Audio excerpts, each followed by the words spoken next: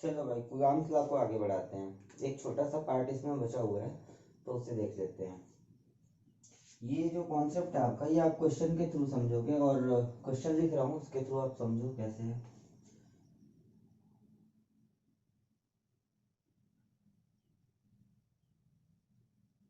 एक आपकी रॉड दी हुई है, ठीक, और रॉड की लेंथ कितनी है, कैपिटल एल, ठीक है। और इस पे एक चीज और दिया हुआ है, लैम्डा। एक चीज आपका लैम्डा है, और लैम्डा को हम बोलते हैं linear charge density. Linear charge density, रेखीय आवेश घनत्व।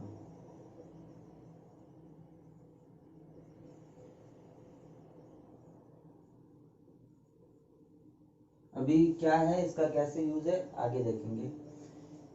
इस रॉड के एक एंड से, ठीक है, मान लेते हैं ए दूरी पे एक दूसरा पॉइंट चार्ज दिया हुआ है स्मॉल क्यू,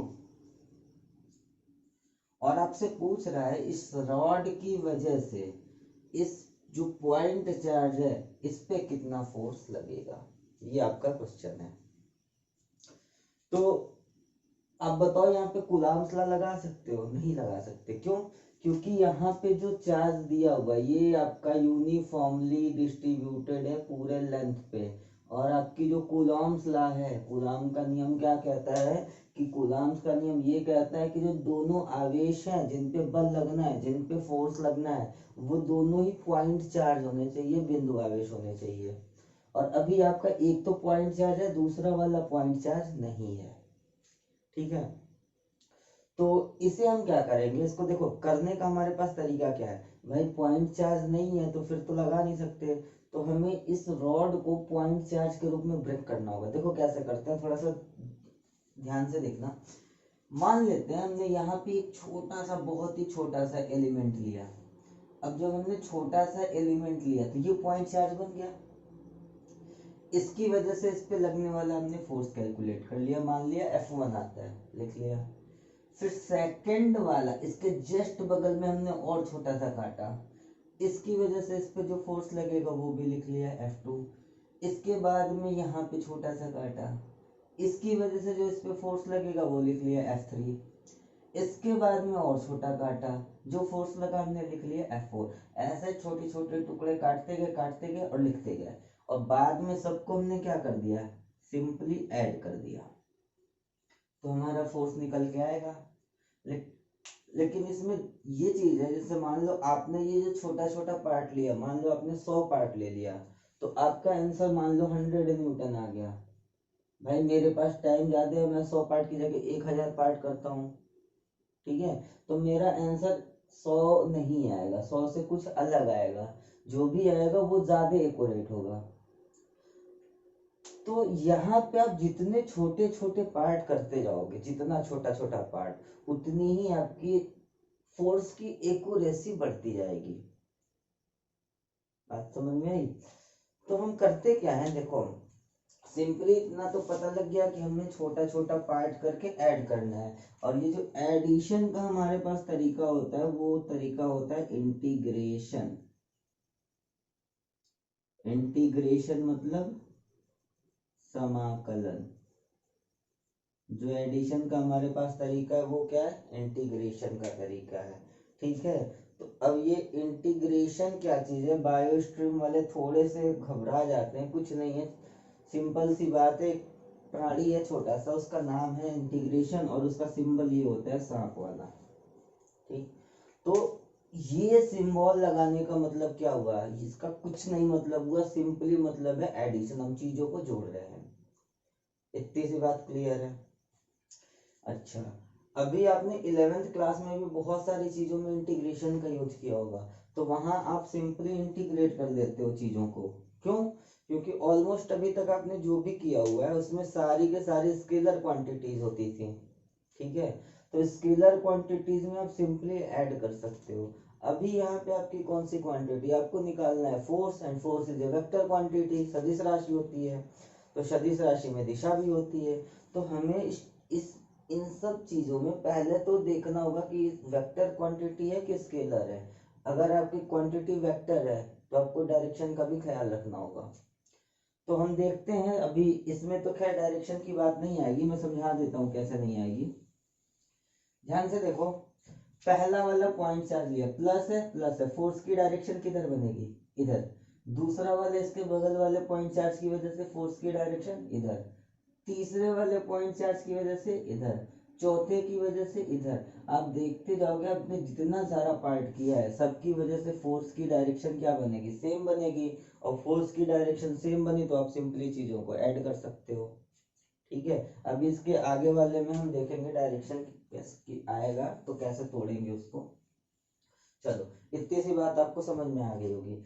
ये क्या चीज है, चार्ज डेंसिटी, रेखीय आवेश घनत्व, लीनियर चार्ज डेंसिटी। अभी इसके बाद जब इलेक्ट्रिक फील्ड में चार्ज डेंसिटी आएगी तो वहाँ आप क्लियरली अच्छे से पढ़ोगे। अभी जस्ट मेरा ये लेने का पर्पस ये था कि आपको थोड़ा सा इंटीग्रेशन वाली चीजें आ जाएगी, कैसे हम तोड़ते हैं कैसे बनाते हैं, बाकी और कुछ नहीं मतलब था। इलेक्ट्रिक फील्ड में ये चार्ज डेंसिटी आप अच्छे से करोगे। चलो, लीनियर चार्ज डेंसिटी दिया हुआ है, इसका मतलब क्या बनता है, तो सिंपल सा मतलब देखो, आपने जैसे आपको लेना है ना इतना, ये 10 मीटर लंबा कपड़ा, और इसके दाम आपको बता दिए गए 75 रुपए। आपसे पूछ दिया गया 2.5 मीटर कपड़े का दाम बताओ, तो आप करोगे क्या, कैलकुलेशन। कैलकुलेशन कैसे करोगे, भाई हमारे पास 10 मीटर कपड़े का दाम कितना है, 75 रुपीज। तो 1 मीटर कपड़े का दाम कितना होगा, 7.5 रुपीज। अब ये आप 1 मीटर का निकाल के साइड में रख लोगे 7.5, ठीक है। अब आपसे 2.5 मीटर का पूछ दिया जाए, सिंपली मल्टीप्लाइड बाई 2.5। 15 मीटर का पूछा जाए, इसमें मल्टीप्लाइड बाई 15। 20 मीटर का पूछा जाए, इसमें मल्टीप्लाइड बाई 20। ये काम करोगे आप। तो जो अब देखा आपने 10 मीटर से आपने कितने में कन्वर्ट किया, 1 मीटर कपड़े में। तो ये जो 1 मीटर कपड़े का दाम होगा यही तो आपका स्पेसिफिक है। और वही चीज आपकी क्या होती है, चार्ज डेंसिटी। क्या भाई, आपको देखो एल लेंथ पे टोटल चार्ज कुछ दिया होगा, मान लेते हैं इस रॉड का चार्ज कितना है, क्यू। आप इसमें वेरिएशन भी कर सकते हो, मे भी आपको लैम्डा की जगह क्यू दे दे, तो समझ लो एल लेंथ पे टोटल चार्ज कितना दिया होगा, क्यू। ठीक है, तो आपने एल लेंथ से कहाँ पे जंप मारा, आप गए एल से 1 पे। तो अगर एल लेंथ पे क्यू चार्ज है तो 1 पे यूनिट पे कितना चार्ज होगा आपके पास, क्यू डिवाइडेड बाई एल। और ये जो यूनिट पे चार्ज होगा यही आपका बोला जाता है लीनियर चार्ज डेंसिटी, रेखीय आवेश घनत्व। मतलब क्या, एकांक लंबाई पर उपस्थित आवेश आपका क्या होता है, रेखीय आवेश घनत्व। Total charge present on unit length is known as linear charge density. ठीक है, इसमें थोड़ी सी और बात कर लो। अब यहाँ पे आपको दिया है कि रेखीय आवेश घनत्व, लीनियर चार्ज डेंसिटी कितनी है, लैम्डा। इसका मतलब क्या बनता है, उल्टा सोच के देखो, मतलब ये बनता है कि अगर इस रॉड की आप यूनिट लेंथ लो तो उस पर टोटल चार्ज कितना होगा, लैम्डा। अगर इस रॉड की आप 2 मीटर लंबाई लो तो टोटल चार्ज कितना बना, 2 लैम्डा। 3 मीटर आपने लंबाई लिया, टोटल चार्ज कितना बना, 3 लैम्डा। एक्स मीटर लंबा लिया, टोटल चार्ज कितना बना, एक्स लैम्डा। तो आई थिंक ये चीज आपको क्लियर हो गई होगी। अब अपने टॉपिक पे आते हैं।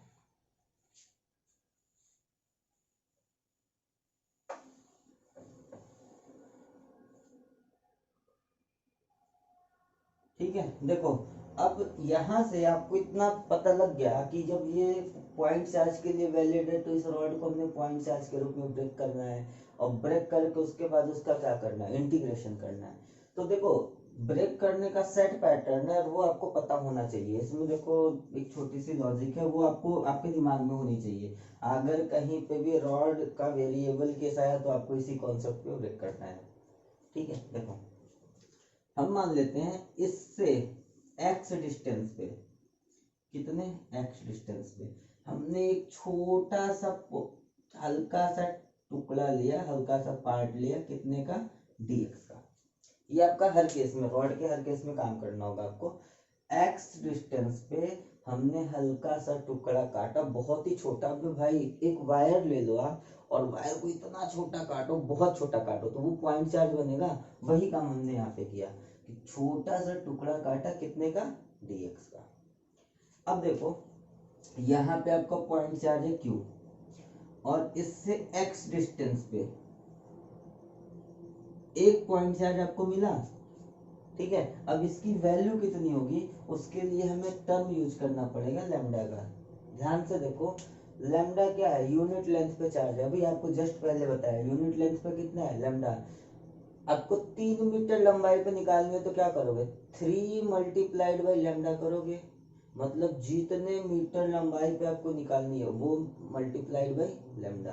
आपको 5 मीटर की लंबाई पे निकालना है कि टोटल चार्ज कितना होगा, कितना बना, 5 लैम्डा।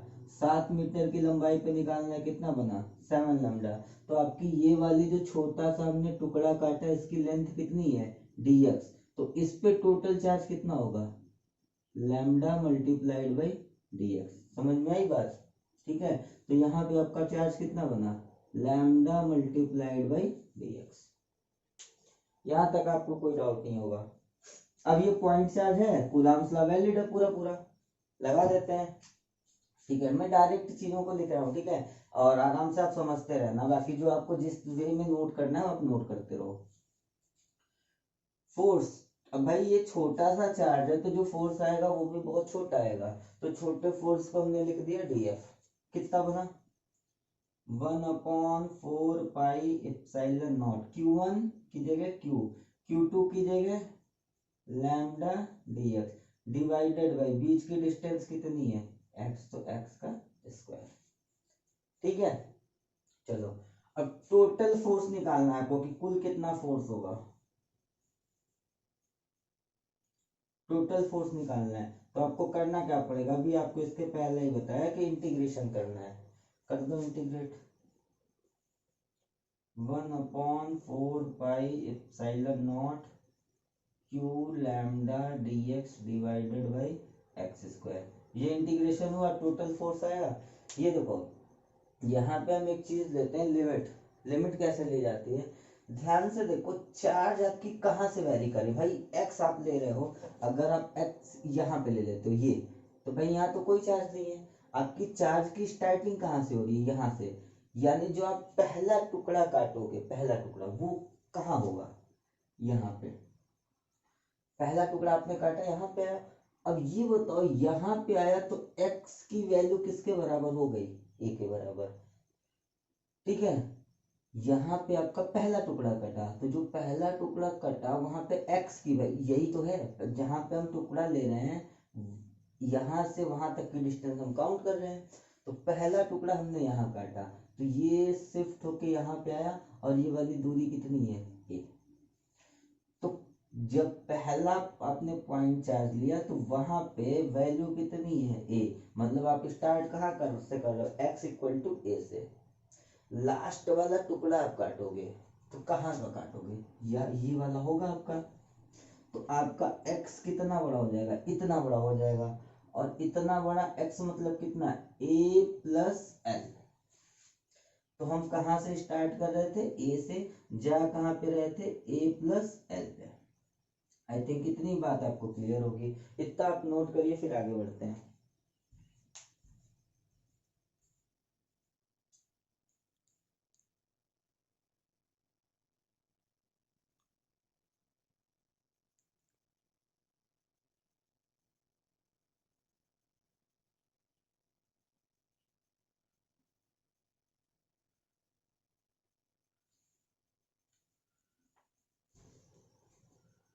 चलो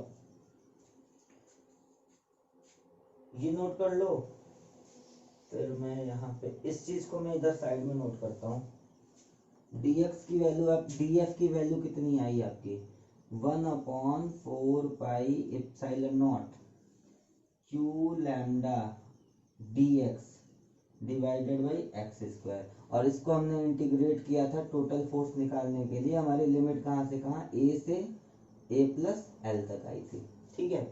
df का इंटीग्रेशन कर दो, f आ गया। यहाँ पे जितनी सारी क्वांटिटी आपकी कांस्टेंट होती हैं, जो नहीं बदलने वाली होती हैं, उन्हें हम इंटीग्रेशन के बाहर लिखते हैं। तो मैं जिस पे स्टार मार्क कर रहा हूँ वो सारी क्वांटिटी आप देख सकते हो कि कांस्टेंट है। ठीक, तो इनको आप कर लो बाहर।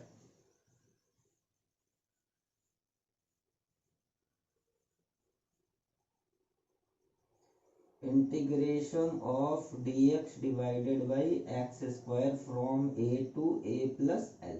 कोई नई बात नहीं है, अरेंज किया हमने। यहाँ पे आपका एक इंटीग्रेशन का बच्चा फॉर्मूला यूज होगा, तो आपने अगर पढ़ा है तो अच्छी बात है, नहीं पढ़ा है तो आप साथ साथ ही नोट कर लो कि फिर नेक्स्ट टाइम वो चीज़ आए तो आपको रिकॉल रहे। एक आपका फॉर्मूला इंटीग्रेशन का, integration of x to the power n dx, ये कितना होता है x to the power n plus one divided by n plus one. कैसे निकाला हमने, देखो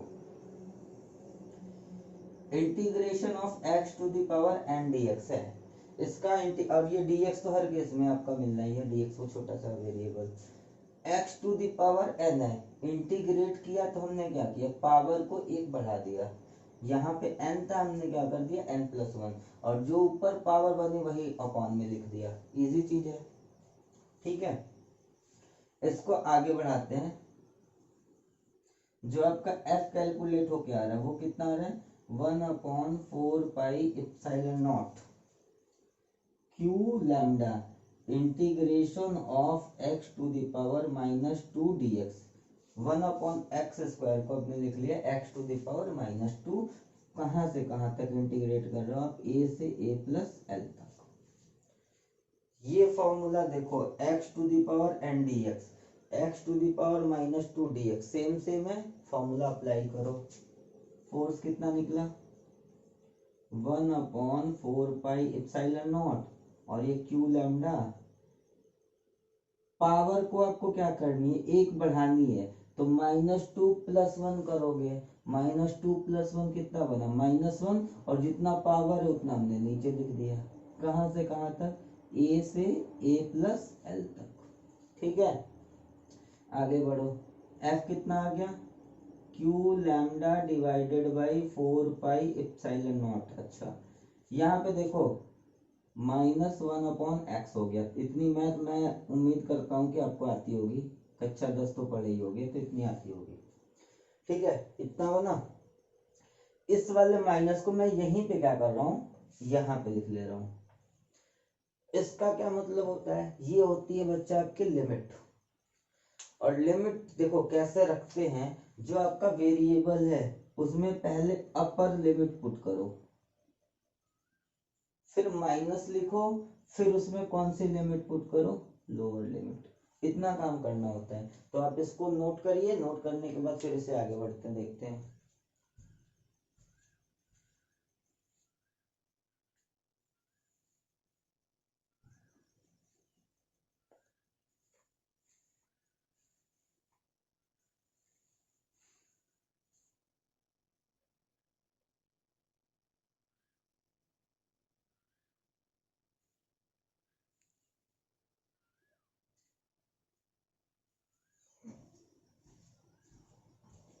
चलो देखो, ये वाली चीज यहाँ पे उतार रहा हूँ, एफ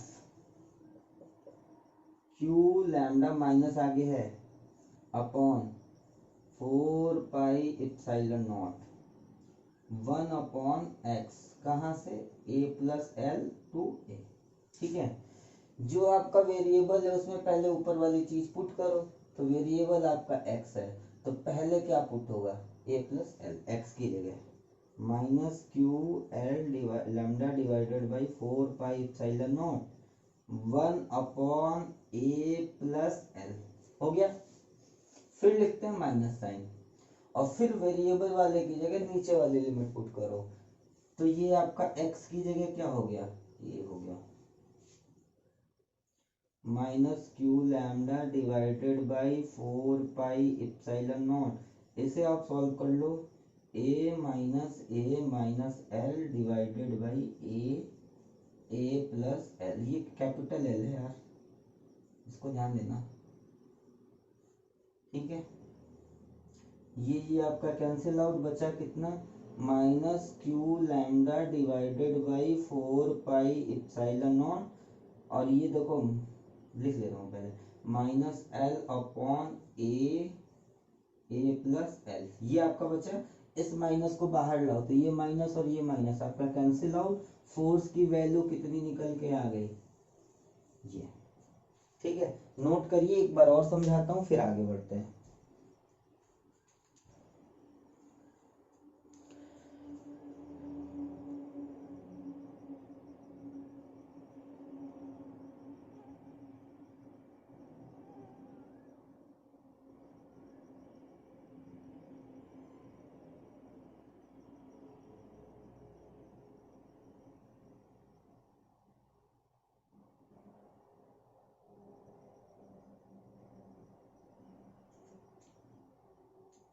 चलो एक बार फिर से समझ लो हमने क्या किया। स्टार्टिंग से हमारे पास एल लेंथ की चार्ट आवेशित रॉड थी, और उस रॉड की वजह से रॉड के एक एंड से ए डिस्टेंस पे एक पॉइंट चार्ज क्यू पे हमें फोर्स निकालना था, बल निकालना था। तो हमें स्टार्टिंग में समझ में आया कि भैया यहाँ पे कूलम्ब्स लॉ काम नहीं करेगा, क्योंकि ये हमारा पॉइंट चार्ज नहीं है। तो फिर हमने इसे बेसिक्स जो होती है कूलम्ब्स लॉ की उस पे लाके ब्रेक किया। हमने क्या किया, यहाँ से x डिस्टेंस पे छोटा सा एलिमेंट, इतना छोटा एलिमेंट कि dx टेंड्स टू जीरो, मतलब dx लगभग जीरो के बराबर है, जीरो नहीं है, लगभग जीरो के बराबर है। ठीक है, छोटा सा एलिमेंट हमने काटा dx का, और अब ये पूरा सेटअप आपका बन गया, एक चार्ज यहाँ पे, एक चार्ज यहाँ पे, और दोनों ही चार्ज आपके कैसे थे, पॉइंट चार्ज। तो इस चार्ज की वजह से इस पे हमने छोटा सा फोर्स df निकाल लिया। ठीक, और उसके बाद हमने उस छोटे से फोर्स को क्या किया, इंटीग्रेट किया, और इंटीग्रेट करके कहाँ से कहाँ तक इंटीग्रेशन करनी थी, वो आपकी लिमिट बनती थी, लिमिट हमने रखा, बाकी इंटीग्रेशन को सॉल्व किया, हमारा रिजल्ट आ गया। तो आप इतना सारा कुछ डेरिवेशन लंबा चौड़ा कर रहे हो, आपको एक चीज पता है, इसमें फिजिक्स बस 2 लाइन की है, बाकी तो आपकी मैथमेटिक्स की कैलकुलेशन है। तो ज्यादा होपलेस होने की जरूरत नहीं है, ये बहुत ही इजी चीज है, एक बार दो बार आप प्रैक्टिस करोगे तो प्रैक्टिस में आ जाएगी। अभी आपके लिए थोड़ी नई चीज है, तो फिर थोड़ा सा आराम आराम से करो, एक बार इसे फिर से खुद से सॉल्व करना, बड़े आराम से क्लियर होगा। अच्छा, इसमें हमने फोर्स की डायरेक्शन देखने की जरूरत नहीं पड़ी थी, क्यों, क्योंकि सारे फोर्सेस की डायरेक्शन सेम बन रही थी। ठीक है, तो यहाँ पे इतनी सी बात आपकी हो गई। इसका एक और वेरिएशन है, वो थोड़ा सा देखते हैं क्या होता है।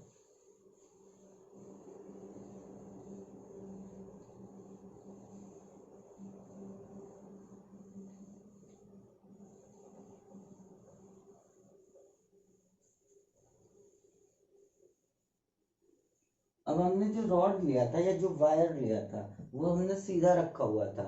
अब हम क्या करते हैं, उस वायर को ऐसे सर्कुलर फॉर्म में मोड़ देते हैं। देखो कैसे, यहाँ से लिखना स्टार्ट कर रहा हूँ। जो वायर है आपका, ये वायर को हमने सर्कुलर फॉर्म में मोड़ दिया पूरा। ठीक है, इसकी कंडीशन क्या थी, इस पे लीनियर चार्ज डेंसिटी कितनी थी, जो रेखीय आवेश घनत्व था इस पे, वो कितना था, लैम्डा। ठीक है, अच्छा, अब देखो मान लेते हैं ये हमने जो मोड़ा हुआ है, इसकी रेडियस कितनी बन रही है, आर मान लेते हैं, और इसके सेंटर पे हमने एक स्मॉल चार्ज रखा, क्यू पॉइंट चार्ज। अब आपसे नेक्स्ट वाली बात क्या कह रहा है कि अब इस क्यू चार्ज पे जो फोर्स लगेगा, जो बल लगेगा, वो आपको बताना है। पहले तो हमने रॉड को सीधे रख के यहाँ पे रख के पॉइंट चार्ज फोर्स निकाला था। अब हमने इसको क्या किया, मोड़ दिया, और उसके सेंटर में इस वाले चार्ज को सेंटर में प्लेस कर दिया। अब इस चार्ज पे जो फोर्स लगेगा वो बताना है। ठीक है, तो इसमें भी देखो, ये तो पॉइंट चार्ज है आपका, ये वाला पूरा पॉइंट चार्ज नहीं है। तो फिर से हमारा वही काम है, छोटा सा पॉइंट चार्ज लिया, उसको ब्रेक करके काट काट के छोटा छोटा पॉइंट चार्ज लेते जाएंगे, और उसकी वजह से फोर्स निकालते जाएंगे, और कैलकुलेट करके बाद में ऐड कर देंगे। ठीक है, तो सपोज करो हमने यहाँ पे छोटा सा पॉइंट चार्ज लिया। ठीक, इसकी वजह से इस पे जो फोर्स आएगी उसकी डायरेक्शन किधर आएगी, इधर। क्लियर है, अच्छा, ऐसे ही हम यहाँ पे एक पॉइंट चार्ज लेंगे, इसकी वजह से इस पे जो फोर्स की डायरेक्शन आएगी भाई इस लाइन को मिलाने वाले पे आएगी, ये बन गई। छोटा सा पॉइंट चार्ज हमने ये लिया, इसकी वजह से फोर्स निकाला, फोर्स की डायरेक्शन ये आ गई। यहाँ पे हमने छोटा सा लिया, निकाला, फोर्स की डायरेक्शन ये बन गई। इतनी सी बात आपको समझ में आ गई होगी। थोड़ा सा कॉमन सेंस लगाओ, इसकी वजह से फोर्स इधर, इसकी वजह से इधर, इसकी वजह से इधर, इन सारे की वजह से ऐसे ऐसे फोर्स आएगी। ठीक है, अब बच्चे एक बात बताओ, जो हमने ये वाला पॉइंट लिया था इसकी वजह से फोर्स की डायरेक्शन तो ये हमारी निकली थी, जस्ट इसके अपोजिट भी तो आपको लेना पड़ेगा, एक पॉइंट चार्ज लेना पड़ेगा भाई। आपको तो पूरे का ही लेना है ना, छोटा छोटा छोटा छोटा ऐसे काटते जाओ फोर्स, और उसके बाद उसके फोर्स लेते जाओ, यही करना है। तो हमने जो यहाँ पे लिया था उसकी वजह से फोर्स की डायरेक्शन ये बनी। ठीक, इसके जस्ट अपोजिट एक पॉइंट है, होगा ही, श्योर सी बात है होगा। तो इसके अपोजिट जो पॉइंट होगा उसकी वजह से फोर्स की डायरेक्शन ये बनेगी, है? तो ये वाला फोर्स और ये वाला फोर्स कैंसिल आउट। एक पॉइंट हमने ये लिया था और इसकी वजह से फोर्स की डायरेक्शन ये बनी थी, इसके जस्ट अपोजिट वाला पॉइंट लो, इसकी वजह से फोर्स की डायरेक्शन इसके अपोजिट बनेगी, तो ये वाला फोर्स कैंसिल आउट।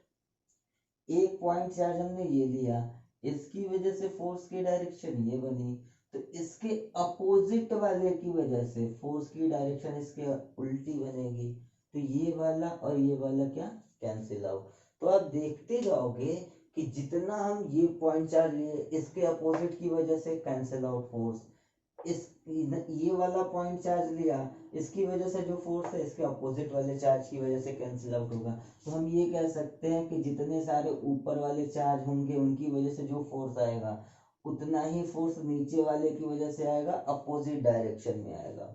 तो अपोजिट डायरेक्शन में आने का मतलब net force on the charge Q कितना हुआ, 0, क्योंकि जितने सारे फोर्सेज हैं वो कैंसिल आउट होते जा रहे हैं। कॉमन सेंस की बात है, आप आराम से आपको समझ में आया होगा। ठीक, इतनी बात आपको शायद क्लियर है। इसके आगे देखते हैं, इसमें थोड़ा सा हम वेरिएशन करते हैं भाई। ये आपके कॉन्सेप्ट है, एक ही कॉन्सेप्ट है, ठीक है। एक रॉड वाला कॉन्सेप्ट सीखो, एक ये वाला कॉन्सेप्ट सीखो, बाकी 50 तरीके के क्वेश्चन घुमा फिरा के आपको आएंगे, सारे सॉल्व कर लोगे आप। ठीक है, इसमें थोड़ा सा हम वेरिएशन करते हैं, देखो कैसे।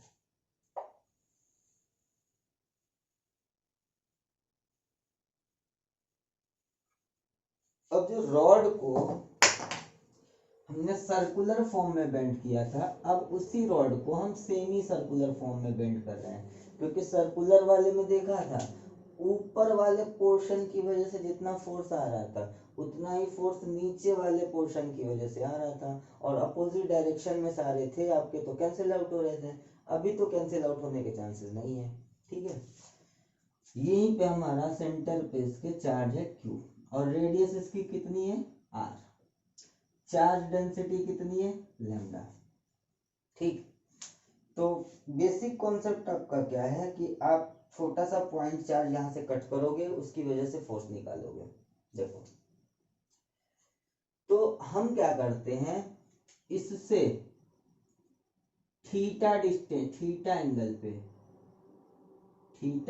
पे एक हमने छोटा सा सेक्शन कट किया डी थीटा का, ये यहाँ पे मैं लिख दे रहा हूँ भाई। इसमें वेरी क्या करेगी, अगर आपका पॉइंट चार्ज ये होगा तो थीटा की वैल्यू ये हो जाएगी। जैसे देखो, पॉइंट चार्ज ये लिया तो थीटा इतनी कम, पॉइंट चार्ज ये लिया तो थीटा और बढ़ गई, यहाँ पे आया तो 90 हो गई, यहाँ पे आया तो 180 हो गया।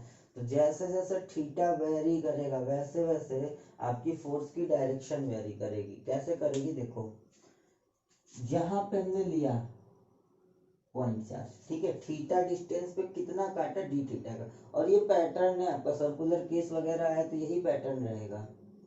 थीटा पे हमने डी थीटा का काटा, पॉइंट चार्ज ये बना, फोर्स की डायरेक्शन किधर बन गई, इधर बन गई। ठीक है, यहाँ पे अगर हम काटे होते अगर हमारा स्ट्रिप यहाँ पे होता तो फोर्स की डायरेक्शन किधर आती, इधर। अब आपको देख लो, अब आपकी फोर्स की डायरेक्शन चेंज हो रही है, तो अब आपको थोड़ी सी खोपड़ी यूज करनी पड़ेगी। आपको क्लियर समझ में आ रहा है? फोर्स की अगर मान लो हमारा थीटा यहाँ पे आ गया तो फोर्स की डायरेक्शन इधर। अब सिंपली आप ऐड नहीं कर सकते क्योंकि ये वेक्टर क्वांटिटीज हैं, और वेक्टर क्वांटिटीज का एडिशन या तो एक डायरेक्शन में हो या अपोजिट डायरेक्शन में, दो ही ऑप्शन होते हैं आपके पास। तो जैसे जैसे थीटा वेरी कर रहा है वैसे वैसे आपकी फोर्स वेरी करती जा रही है, ठीक है। चलो थोड़ा सा हम एक हिस्सा लेके देखते हैं, पहले समझ लेते हैं फिर सॉल्व करते हैं। सॉल्व करना बड़ी चीज नहीं है, कॉन्सेप्ट सीखना बड़ी चीज है। तो पहले हम सीख लेते हैं। ये हमारा पॉइंट चार्ज क्यों था। अच्छा इसको भी मिटाओ। ये एंगल कितना था, थीटा, थीटा है ये। इसको भी मिटाओ, ये भी नहीं है ना, ये थीटा एंगल है। यार मैं शुरू से करता हूँ। पॉइंट चार्ज, ये फोर्स आया। अच्छा अगर आपका ये एंगल थीटा है तो ये एंगल भी कितना बना बच्चा, थीटा बन गया।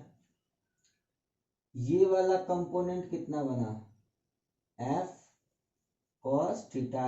अब उम्मीद करता हूँ कि 11th में आपने वेक्टर का रिजोल्यूशन पढ़ा होगा, ठीक है।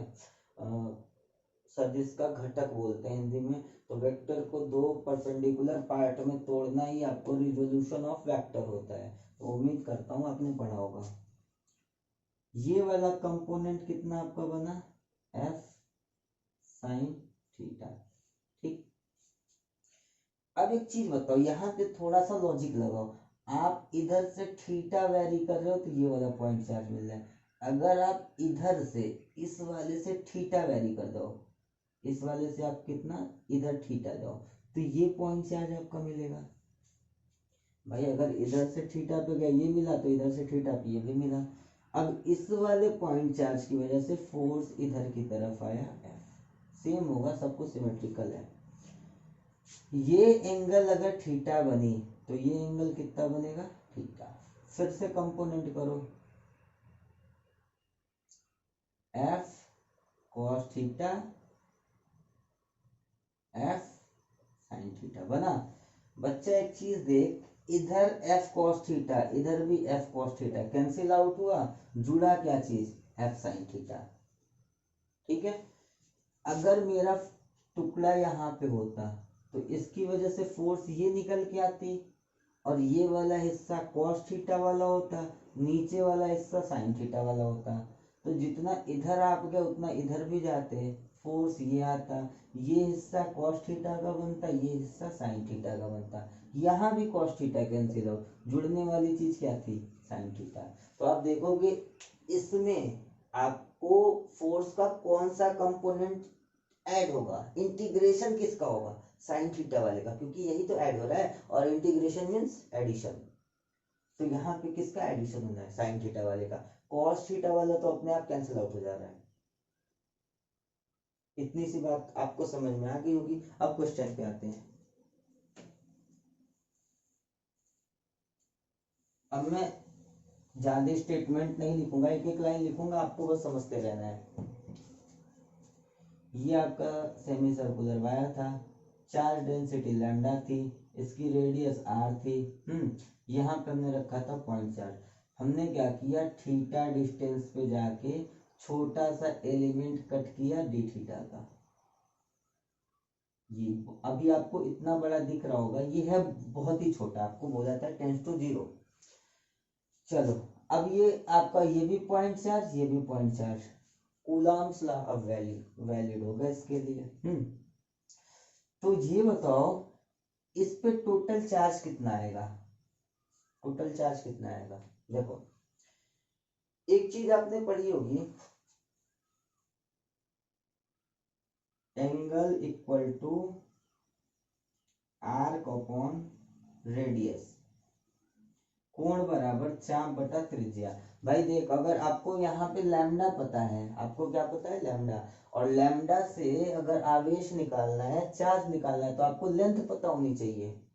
तो हम पहले क्या करेंगे, ये वाली टोटल लेंथ निकालेंगे कितनी आई।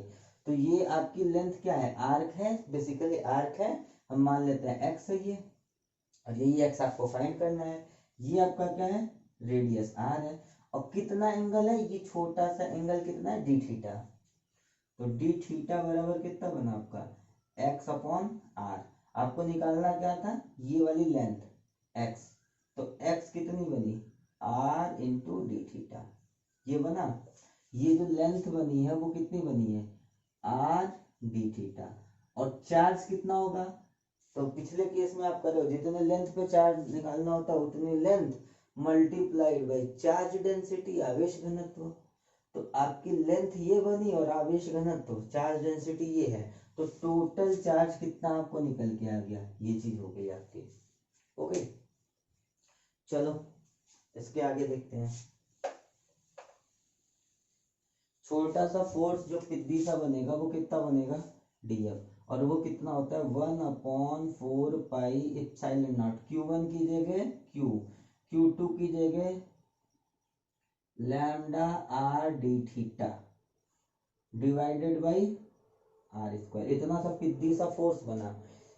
इसका कौन सा कंपोनेंट कट जा रहा था, कॉस थीटा वाला आपका क्या हो रहा था, कट रहा था। बच कौन सा रहा था हमारा, एडअप कौन सा हो रहा था, साइन थीटा। आपने देखा था फिगर में, साइन थीटा वाला क्या हो रहा था, ऐड हो रहा था। तो यहाँ पे हमें इंटीग्रेशन किसका करना है, साइन थीटा वाले का। ठीक है, फिर से वही फंडा, हमें टोटल फोर्स निकालना है तो इंटीग्रेट करना होगा। अच्छा, अब इंटीग्रेशन कहाँ से कहाँ होगा, ये जो हम छोटा सा स्ट्रिप काट रहे हैं वो थीटा एंगल से लेके काट रहे हैं, तो हमारा स्ट्रिप सबसे पहला वाला कहाँ पे कटेगा, यहाँ पे कटेगा। और इसको आप घुमा, यहाँ पे लाने के लिए इसको ऐसे घुमाओगे, और जब ये वाली लाइन ऐसे घूमी तो एंगल कहाँ कितना बना, 0 डिग्री का। अंतिम वाला स्ट्रिप कहाँ पे कटेगा, यहाँ पे, और ये एंगल घूम के ऐसे हो जाएगा, तो अंतिम वाला स्ट्रिप कहाँ पे कटेगा, पाई पे। ठीक है, समझ में आ गया होगा। तो हमारी लिमिट कहाँ से कहाँ होगी, 0 degree to pi, 0 to pi degree नहीं लिखते।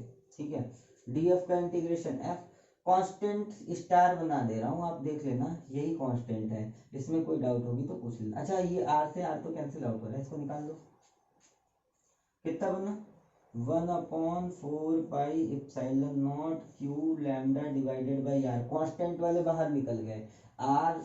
अब आपका जो बचा उसको अंदर लिखो, कितना बचा, साइन थीटा डी थीटा, यही तो बच रहा है आपका। लिमिट कहां से कहां तक, 0 टू पाई। ठीक है, यहां पे एक चीज और लिख रहा हूं, integration of sine theta D theta ये होता है minus of cos theta. Note कर लो आप इसे, सिंपल है। एफ कितना बन गया आपका, 1/4 पाई एप्सिलॉन नॉट, ये क्यू है बेटा, क्यू लैम्डा आर कितना, माइनस ऑफ कॉस थीटा कहाँ से कहाँ तक, 0 से पाई तक। इस माइनस को हम मिटा के यहाँ लिख देते हैं। ठीक है, लिमिट में क्या होता है, वेरिएबल में पहले अपर लिमिट पुट करो, फिर माइनस, फिर लोअर लिमिट पुट करो। कर लेते हैं एक लाइन में। एफ कितना बना, 1/4 pi epsilon not q lambda divided by r. Cos of pi कितना होता है, -1। भाई एक लाइन में लिख रहा हूँ, कॉस पाई कितना, -1, फिर माइनस लिखना है, और फिर थीटा की जगह 0, तो कॉस 0 कितना, 1। ये चीज हो गई। इसके बाद यहाँ पे थोड़ा सा बचा है, लिखता हूँ। एफ कितना बना आपका, 1/4 pi epsilon not q lambda divided by r. -1 कितना बना, -2 बना। यहाँ पे माइनस भी तो था, ये वाला माइनस, और ये छूट रहा था, ये माइनस। ठीक है, ये माइनस मिलके प्लस हुआ, जो फोर्स निकल के आया वो कितना आया, 2q lambda divided by 4 pi epsilon naught r. आपको मन करे तो 2 से 4 कैंसिल आउट कर लो, ये आपका नेट फोर्स निकल के आएगा इस चार्ज पार्टिकल पे। राइट डाउन, आप नोट करो इसे, और एक बार खुद से सॉल्व करना। एक बार आप कर लोगे, परफेक्शन आएगी तो फिर इस तरह के सारे सवाल होंगे। अभी इसके वेरिएशन बताता हूँ कैसे होता है।